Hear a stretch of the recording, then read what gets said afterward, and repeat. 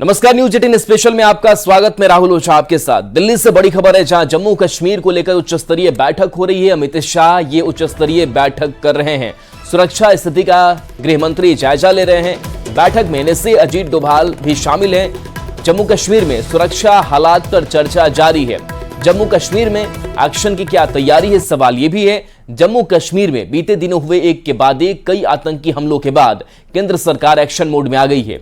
पहले पीएम मोदी ने प्रदेश में सुरक्षा की स्थिति का जायजा लिया था, तो अब गृह मंत्री अमित शाह ने भी जम्मू कश्मीर को लेकर उच्च स्तरीय बैठक बुलाई है। केंद्रीय गृह मंत्री सुरक्षा की स्थिति और अमरनाथ यात्रा की तैयारियों की समीक्षा कर रहे हैं। इस बैठक में एनएसए अजीत डोभाल, जम्मू कश्मीर के एलजी मनोज सिन्हा, सेना और सीआरपीएफ के बड़े अधिकारी शामिल हैं।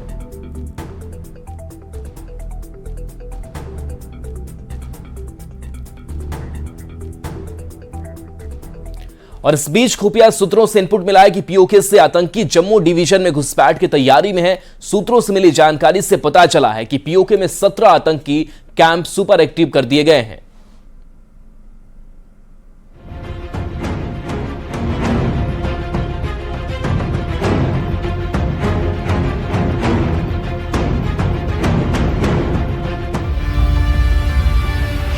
पीओके के आतंकी अड्डे सुपर एक्टिव। आईएसआई ने 3 टॉप कमांडर को टेरर कॉन्ट्रैक्ट दिया। घुसपैठ के लिए तैयार 250 आतंकियों का दस्ता। रडार पर आया मोस्ट वांटेड अबू हमजा। जम्मू कश्मीर में आतंक का खूनी खेल खेलने वाली पाकिस्तानी दहशतगर्दों की गीदड़ गैंग की नई किश्त घुसपैठ के लिए तैयार है। पाकिस्तान के कब्जे वाले कश्मीर के सभी आतंकी कारखाने सुपर एक्टिव हो गए हैं। खुफिया इनपुट से मिली जानकारी ने सुरक्षा बलों को चौकन्ना कर दिया है, क्योंकि पीओके के आतंकी अड्डों पर जबरदस्त हलचल है। टेरर कैंप में बौखलाए आतंकी सरगनाओं का जमावड़ा लगा है। भारत में दहशतगर्दी फैलाने के लिए बाकायदा कॉन्ट्रैक्ट दिया जा रहा है। कमांडरों की तैनाती कर दी गई है। खुफिया इनपुट में यह भी पता लगा है कि आतंकियों को किन लॉन्च पैड से भारत में घुसपैठ करने के लिए ऑर्डर मिले हैं। सूत्रों से मिली जानकारी से पता लगा है कि पाकिस्तान की खुफिया एजेंसी आईएसआई ने लश्कर के आतंकी कमांडर मोहम्मद अमीन बट, मोहम्मद कासिम और सजाद जट उर्फ रफीक नाई को जम्मू कश्मीर में आतंकी हमले और आतंकियों की घुसपैठ का जिम्मा सौंपा है। ये तीनों टॉप टेरर कमांडर पीओके में सक्रिय हैं। राजौरी और पुंछ में इन्हीं के भेजे आतंकी कमांडर पर पुलिस ने 10 लाख का इनाम भी रखा है, जिसका नाम अबू हमजा बताया जा रहा है। अबू हमजा की तलाश सुरक्षा बल लगातार कर रहे हैं। सूत्रों से मिली जानकारी के मुताबिक पीओके के 17 ट्रेनिंग कैंप से 37 लॉन्चिंग पैड के रास्ते 200 से 250 आतंकी भारत में घुसपैठ की फिराक में हैं।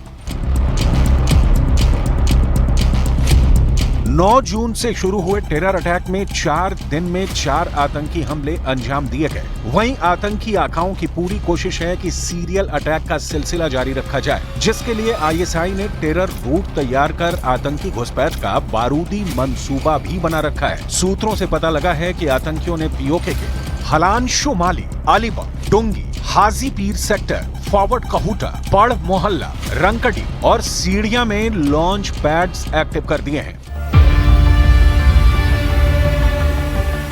मौत बांटने के हथियारों से लैस दहशतगर्दों का दस्ता भारत में घुसपैठ के लिए आत्मघाती जोखिम भी उठाने के लिए तैयार है। हालांकि भारतीय सुरक्षा बल की मुस्तैदी ने दहशतगर्दों को उनके बिलों में दुबके रहने पर मजबूर कर रखा है। कठुआ में जारी सर्च ऑपरेशन के बीच भारत की तरफ से दहशतगर्दों को क्लियर मैसेज भी दिया गया है। सिक्योरिटी फोर्स के साथ ही कश्मीर घाटी में आतंकियों के खिलाफ लोगों का आक्रोश देखने को मिला है, जहां आतंकियों के खिलाफ आम कश्मीरियों ने जोरदार प्रदर्शन किया है। पाकिस्तान में बैठे आतंकी आकाओं का मंसूबा सिर्फ जम्मू कश्मीर में आतंकी वारदात अंजाम देने भर का नहीं है। हाफिज सईद और मौलाना मसूद अजहर की टेरर टोली भारत के बड़े धार्मिक स्थलों को निशाना बनाने की भी फिराक में है।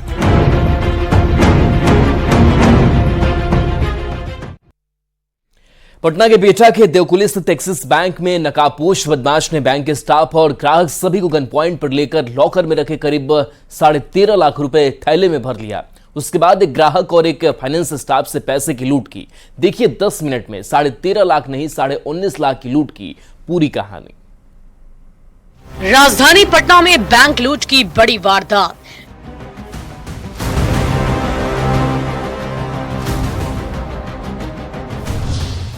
चार नकाबपोश अपराधियों ने की लूटपाट।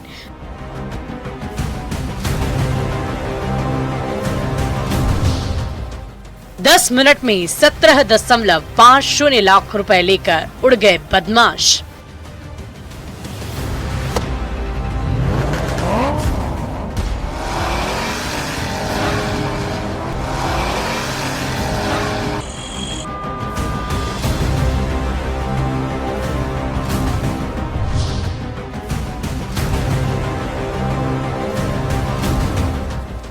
खौफ और दहशत की ये तस्वीरें राजधानी पटना के बिहटा के देवकुली में स्थित एक्सिस बैंक की शाखा की है, जहां बेखौफ और बेलगाम अपराधी पुलिस को खुली चुनौती देते हुए बैंक लूट की बहुत बड़ी वारदात को अंजाम देने पहुंचे, वो भी बिहटा मनेर मुख्य मार्ग पर बिहटा थाने से 3 किलोमीटर दूरी पर।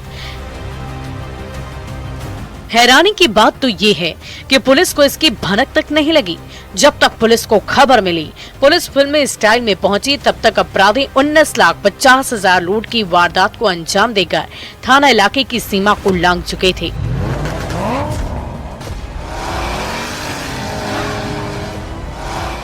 जिसकी तस्दीक ये तस्वीरें कर रही है, जबकि मौके पर पहुंची पुलिस का कहना है कि एक्सिस बैंक की शाखा से 17.5 लाख रुपए की लूटपाट हुई है।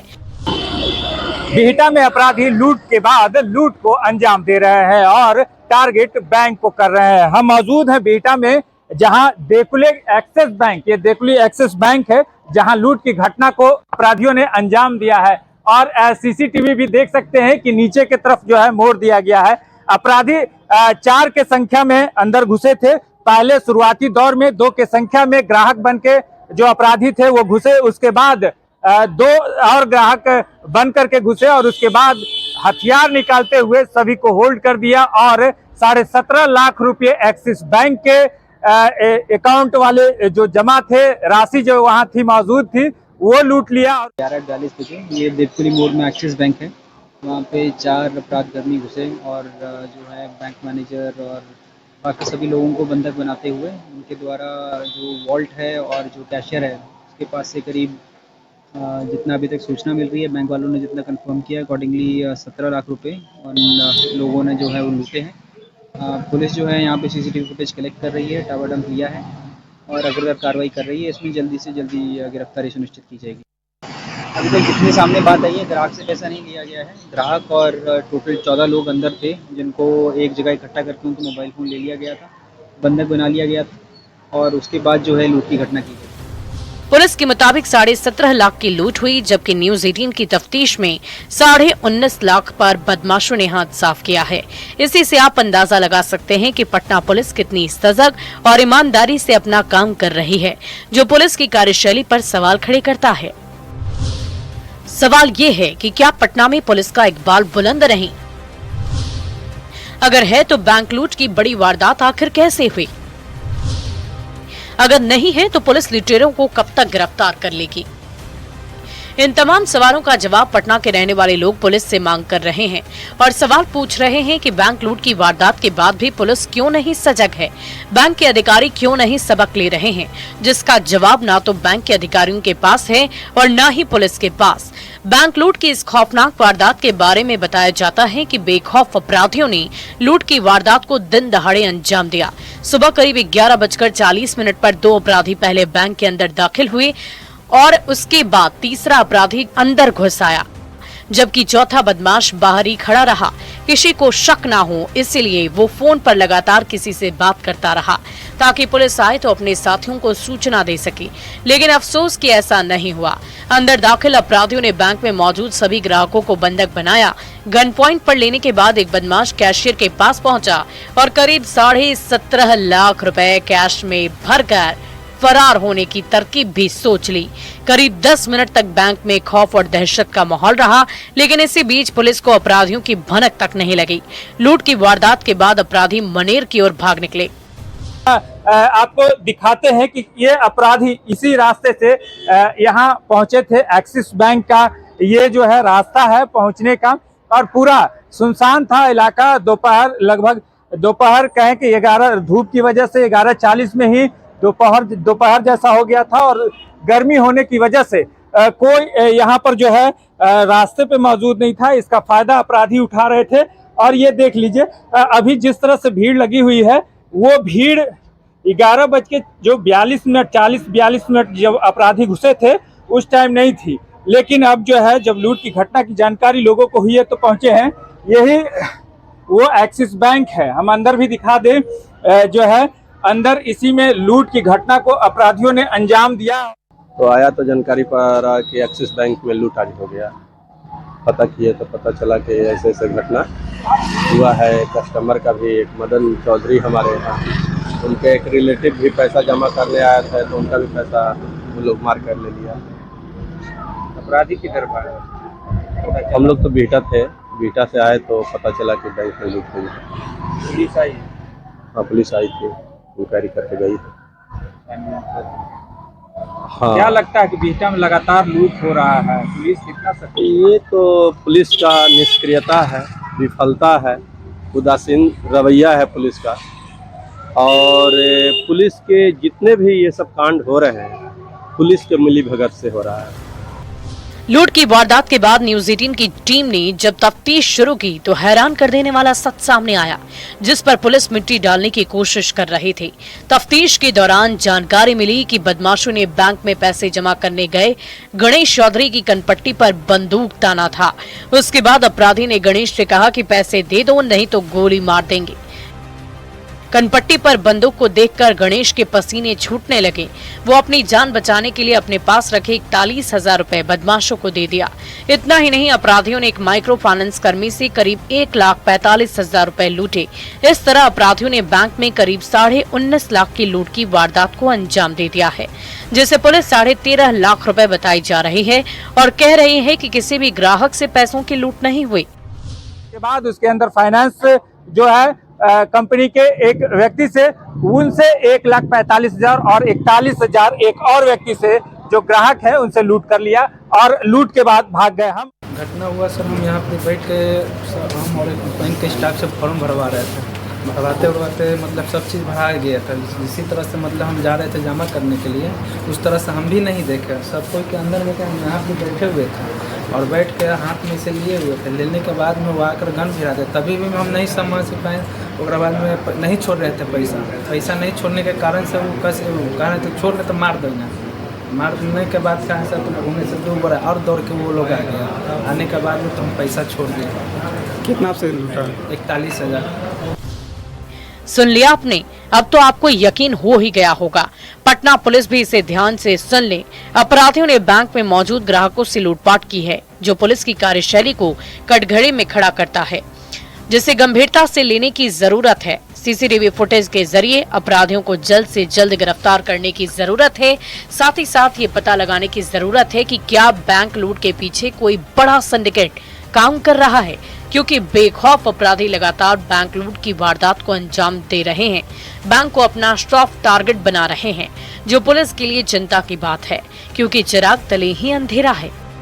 से आए थे और इसी रास्ते से फरार हो गए। पुलिस सीसीटीवी खंगालने में जुटी हुई है कि आखिर अपराधी कौन थे और लूट की घटना को अंजाम किसने दिया है, इसकी तलाश कर रही है। 3 घटनाएं लूट की हुई हैं, 3 में से अभी तक किसी में भी अपराधी पकड़े नहीं गए हैं। पुलिस अभी तक खाक छान रही है और पुलिस के लिए ये चैलेंज भी है कि अपराधी लूट की घटना को दिन दहाड़े अंजाम देते हैं और निकल जाते हैं और पुलिस कुछ नहीं कर पाती है।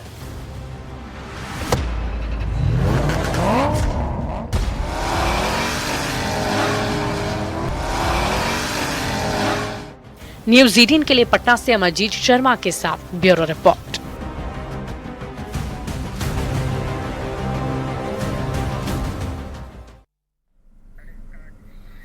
बिहार में कुछ दिनों से जिस तरह से अपराध की खबरें सामने आई है, उसने विपक्ष को सरकार को घेरने का मौका जरूर दे दिया है। इस बीच चलिए देखते हैं पिछले कुछ दिनों में कहां से वारदात की खबरें आई हैं, जिसने बिहार के सियासी पारे को हाई कर दिया है।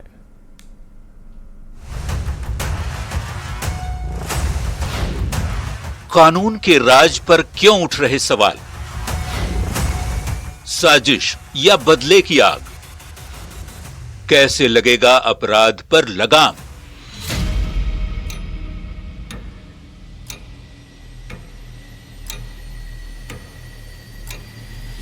बिहार में एक तरफ आसमान से बरस रही आग ने लोगों का जीना मुहाल कर रखा है, तो दूसरी ओर जिस तरह से आपराधिक घटनाओं की खबर सामने आ रही है, उसने सूबे के सियासी तापमान को बेहद हाई कर दिया है।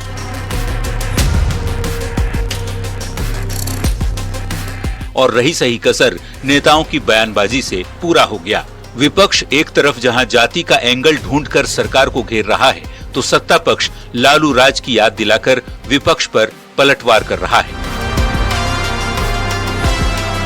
इस आरोप प्रत्यारोप के बीच इस बात से कोई नहीं इनकार कर सकता कि बिहार में पिछले कुछ दिनों में जिस तरह से अपराध की घटनाएं सामने आई हैं, उसने कानून व्यवस्था पर एक बार फिर सवाल खड़े कर दिए हैं। हाल के दिनों में बिहार में हुई कुछ बड़ी घटनाओं पर यदि नजर डालें तो आलमगंज में पेशी से लौट रहे आरोपी की गोली मारकर हत्या कर दी गई।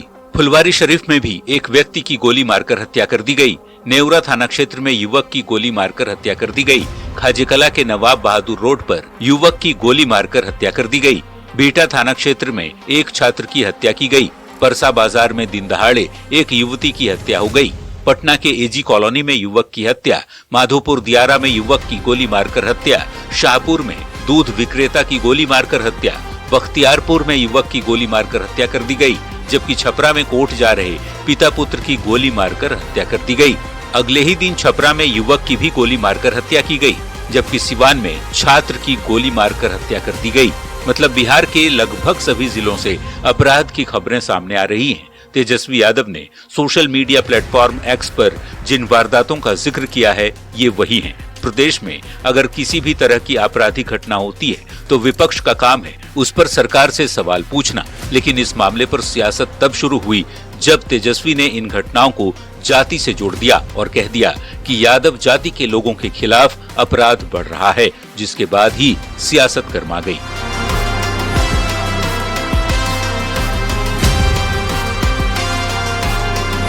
बिहार में पिछले कुछ दिनों में अपराध की घटनाएं जरूर बढ़ी हैं, लेकिन उसके बाद नीतीश सरकार ने इस पर सख्त एक्शन लेते हुए प्रशासन को कड़ी से कड़ी कार्रवाई करने का निर्देश दिया है और प्रशासन भी लगातार अपराधियों पर कार्रवाई करता नजर आ रहा है। अपराध को लेकर जिस तरह से बयानबाजी और सियासत हो रही है, ये महज संयोग नहीं है, क्योंकि बिहार में अगले साल विधानसभा के चुनाव होने हैं और बिहार में सत्ता के सिंहासन तक पहुंचने के लिए विपक्ष किसी भी मुद्दे को खाली नहीं जाने देना चाहता। यही वजह है कि एक तरफ जहां सरकार आपराधिक घटनाओं पर लगाम लगाने के लिए लगातार एक्शन ले रही है, तो दूसरी तरफ विपक्ष इस मुद्दे को उछालकर अगले साल होने वाले चुनाव में सियासी फसल काटना चाहता है। सत्ता पक्ष और विपक्ष जिस तरह से एक दूसरे पर आरोप प्रत्यारोप लगा रहा है, उससे जाहिर है अगले कुछ महीनों में बिहार में होने वाले कुछ सीटों पर उपचुनाव को लेकर अभी से माहौल बनना भी शुरू हो गया है। Bureau report, news 18।